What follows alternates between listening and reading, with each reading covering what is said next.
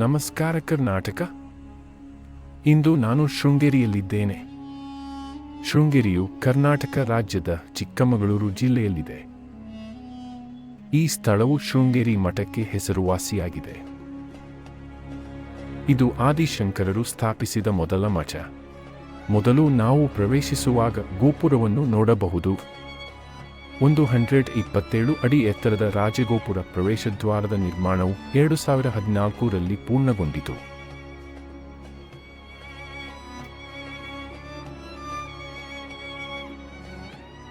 ನಾನು ದೇವಸ್ಥಾನಕ್ಕೆ ಭೇಟಿ ನೀಡಿದಾಗ ಪೈಂಟಿಂಗ್ ಕೆಲಸಗಳು ನಡೆಯುತ್ತಿತ್ತು.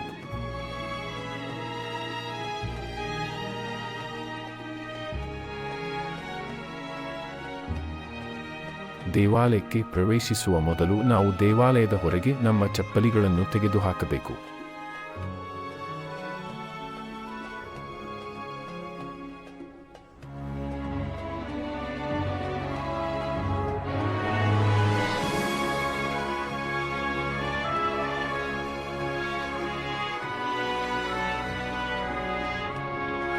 ಶೃಂಗೇರಿ ಮಠವು 2 ಪ್ರಮುಖ ದೇವಾಲಯಗಳನ್ನು ಒಳಗೊಂಡಿದೆ.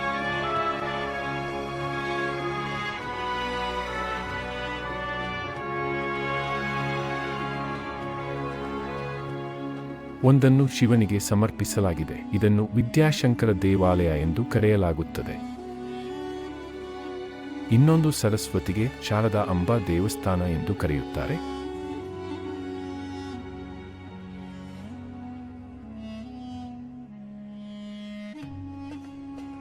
ಶೃಂಗೇರಿಯಲ್ಲಿರುವ ಭಾಗಗಳಲ್ಲಿ ಅಕ್ಷರಾಭ್ಯಾಸವೂ ಒಂದು.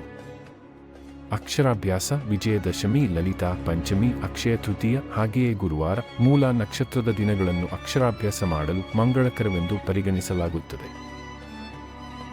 ಭಕ್ತರ ಅನುಕೂಲಕ್ಕಾಗಿ ಎಲ್ಲ ದಿನಗಳಲ್ಲೂ ಅಕ್ಷರಾಭ್ಯಾಸ ನಡೆಯುತ್ತದೆ.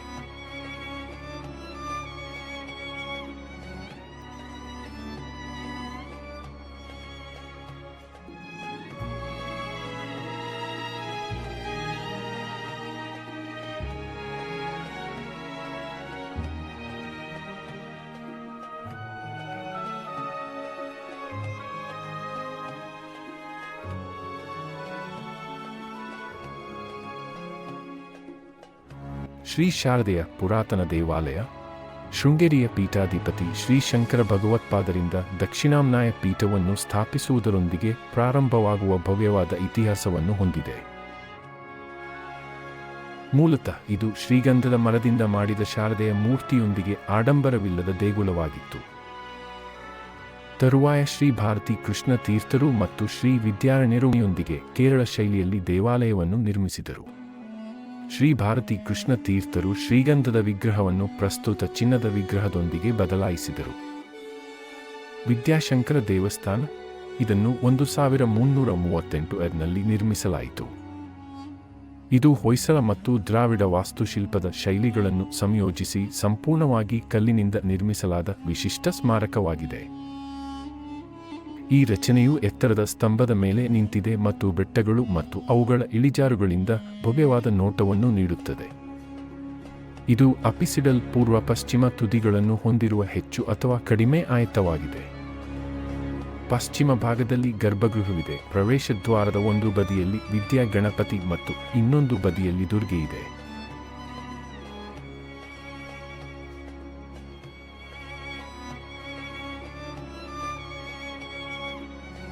ರಚನೆಯ ಪೂರ್ವಾರ್ಧದಲ್ಲಿ 12 ಸ್ತಂಭಗಳನ್ನು ಹೊಂದಿರುವ ಮಂಟಪವಿದೆ. ಬೃಹತ್ ಏಕಶಿಲೆಗಳು ದೊಡ್ಡ ಆಕೃತಿಗಳನ್ನು ಹೊತ್ತೊಯ್ಯುತ್ತವೆ ಮತ್ತು ಮೇಲೆ ಭಾರವಾದ ಕಾರ್ಬೆಲ್ಗಳನ್ನು ಹೊತ್ತಿವೆ. ಮೇಲ್ಛಾವಣಿಯ ಉಳಿದ ಭಾಗವು ಇಳಿಜಾರಾದ ಚಾನೆಲ್ ಚಪ್ಪಡಿಯಿಂದ ಮಾಡಲ್ಪಟ್ಟಿದೆ. ನೆಲಮಾಳಿಗೆಯು ಪ್ರಾಣಿಗಳು, ಪುರಾಣ ಕಥೆಗಳು, ಶಿವ, ವಿಷ್ಣು, ದಶಾವತಾರ, ಕಾಳಿ, ಷಣ್ಮುಖ ಮುಂತಾದವುಗಳೊಂದಿಗೆ ವಿಸ್ತೃತವಾಗಿ ಕೆತ್ತಲಾಗಿದೆ. ಕೇಂದ್ರ ಸಭಾಂಗಣದ ಮೂಲೆಗಳ ಗುಹೆಗಳಿಂದ ಕಲ್ಲಿನ ಉಂಗುರಗಳ ಸರಪಳಿಗಳು ನೇತಾಡುತ್ತವೆ. ಇದು ವಿಜಯನಗರ ಕಾಲದ ಸಾಮಾನ್ಯ ಲಕ್ಷಣವಾಗಿದೆ.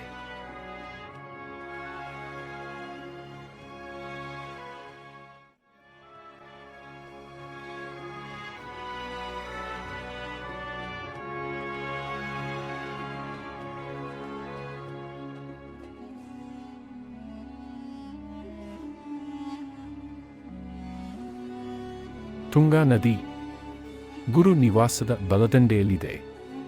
ಶ್ರೀ ವಿದ್ಯಾತೀರ್ಥ ಸೇತು ಎಂಬ ಸೇತುವೆಯು ಎರಡನ್ನೂ ಸಂಪರ್ಕಿಸುತ್ತದೆ.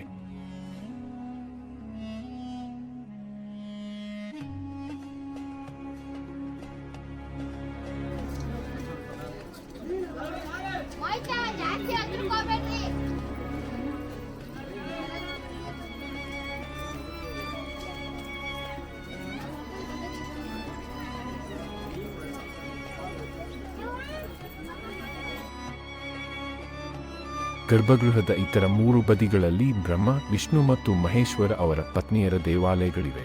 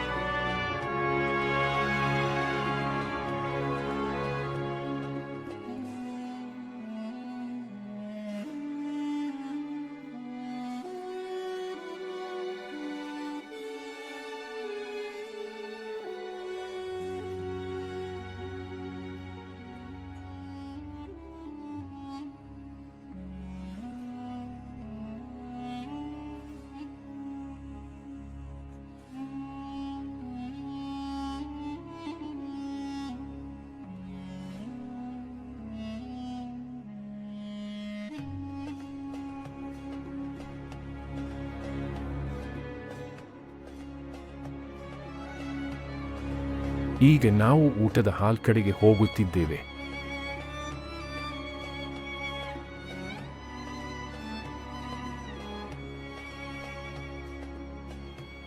ಸಸ್ಯಗಳು ಮತ್ತು ಹೂವುಗಳಿಂದ ಆವೃತವಾದ ಅದ್ಭುತ ಮಾರ್ಗ.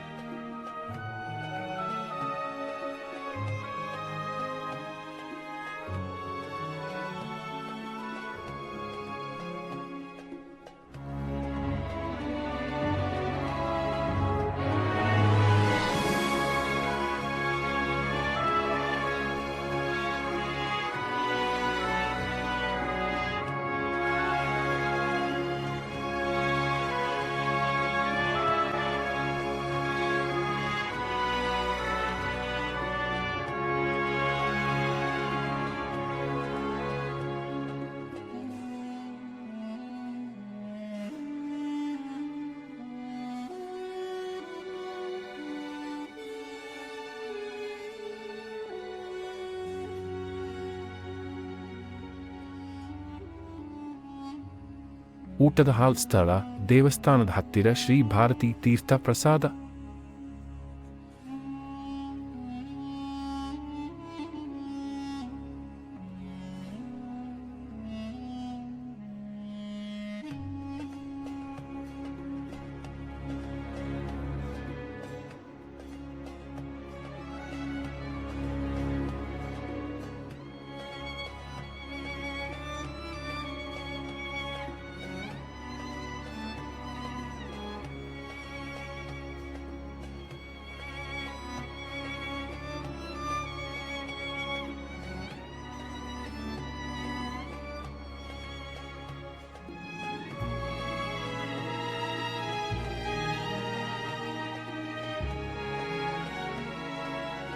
ಈಗ ನಾವು ದೊಡ್ಡ ಡೈನಿಂಗ್ ಹಾಲ್ಗೆ ಹೋಗುತ್ತಿದ್ದೇವೆ.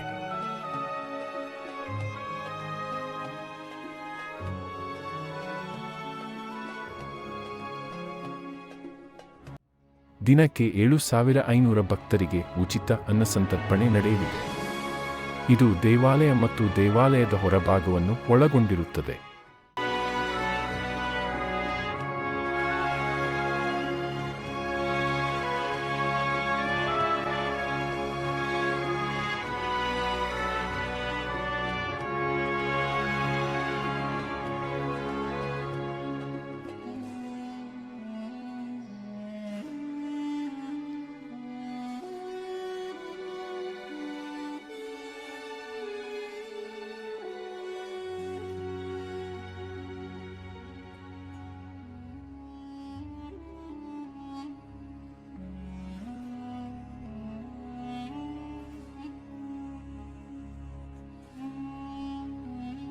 ಈಗ ನಾವು ತೂಗು ಸೇತುವೆಯನ್ನು ನೋಡಲು ಹೊರಗೆ ಹೋಗುತ್ತಿದ್ದೇವೆ.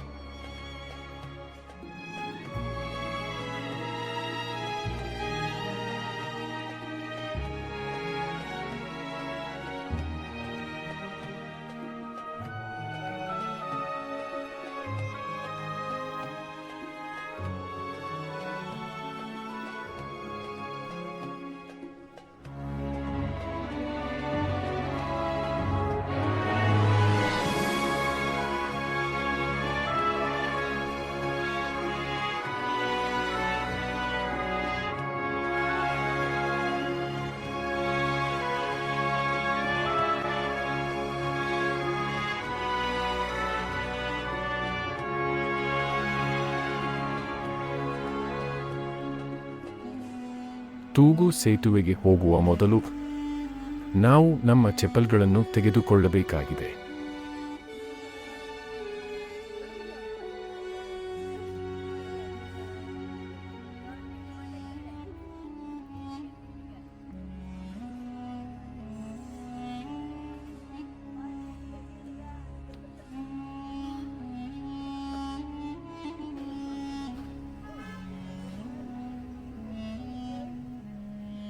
ರಸ್ತೆಯ ಪಕ್ಕದಲ್ಲಿರುವ ಅಂಗಡಿಗಳನ್ನು ನೋಡಬಹುದು.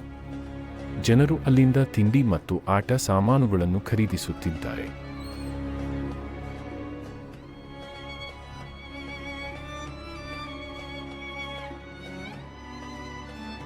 ಈಗ ನಾವು ತೂಗು ಸೇತುವೆಯನ್ನು ಹತ್ತಲಿದ್ದೇವೆ. ಈ ಸೇತುವೆಯು ದೇವಾಲಯದ ಎಡಭಾಗದಲ್ಲಿದೆ.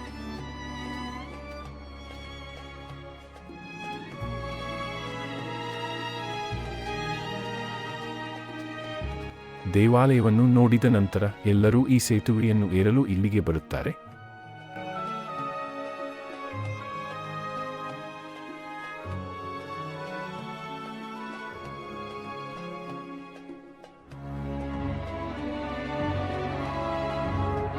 ಈ ಸೇತುವೆಯನ್ನು ತುಂಗಾ ನದಿಯ ಮೇಲೆ ನಿರ್ಮಿಸಲಾಗಿದೆ.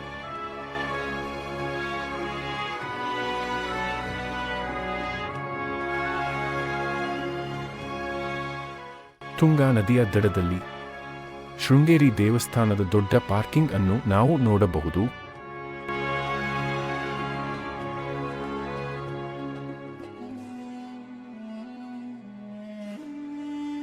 ಇಲ್ಲಿ ನಾವು ಸಣ್ಣ ಕಾಡಿನೊಳಗೆ ಆಶ್ರಮದ ಒಂದು ಭಾಗವನ್ನು ನೋಡಬಹುದು.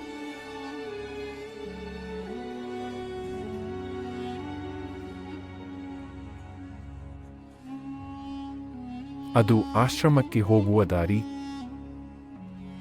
ಗೋಪುರವನ್ನು ನೋಡುವ ಮೂಲಕ ನಾವು ಈ ವಿಡಿಯೋವನ್ನು ಕೊನೆಗೊಳಿಸಲಿದ್ದೇವೆ. ಧನ್ಯವಾದಗಳು.